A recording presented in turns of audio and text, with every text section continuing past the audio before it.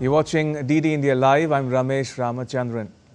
Austria began 3 days of mourning on Wednesday as investigators revealed that they found a makeshift bomb at the home of the suspect. The 21-year-old former pupil at the secondary school in Graz shot dead 10 people on Tuesday in an unprecedented rampage that stunned the Alpine country. Police confirmed the gunman acted alone and took his own life in a school toilet.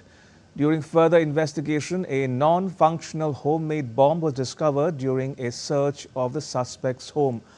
A letter to the suspect's parents was also found, but it did not provide any insight into his motive behind the attack. A student representatives at the affected secondary school in Graz expressed that the students' primary desire was to grieve together following the tragic shooting. Surreal situation, and all of us are not quite sure how to deal with it. It's way too traumatizing for most of the students, and we would like to stay to have our peace and to stay together. And yeah, it's hard to explain how it feels. DW's Thomas Sparrow joins us from Berlin for more. Thomas, what more do we know about the victims and about the alleged perpetrator?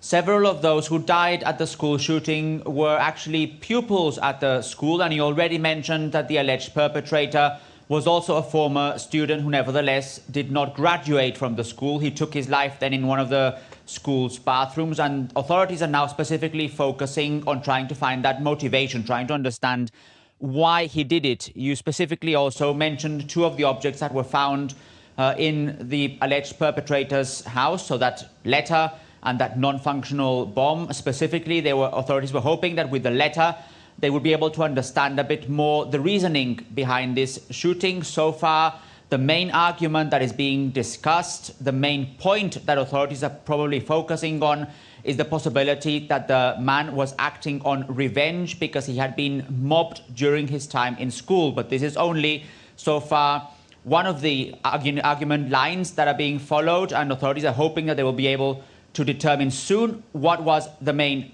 motivation. So far, they're focusing on that, and obviously also on trying to find what the political response might be after what is now being described as the worst shooting in Austria's recent history.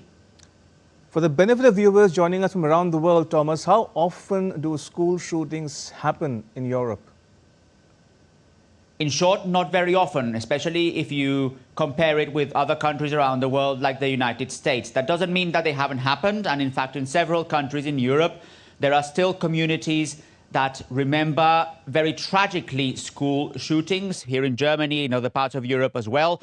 But authorities are not only focusing on school shootings, they're also now more and more focusing on other types of school violence. For example, knife attacks in schools, which are indeed more common than school shootings. And that's why authorities and experts alike are asking for school communities to be better prepared, for awareness to be raised, for more to be done in the public sphere, also to be able to better protect schools, not only when it comes to shootings, but also when it comes to other types of violence as well. Thomas, thank you very much. Thomas Sparrow reporting there from Berlin. Right, in other news, France's President Emmanuel Macron said that he would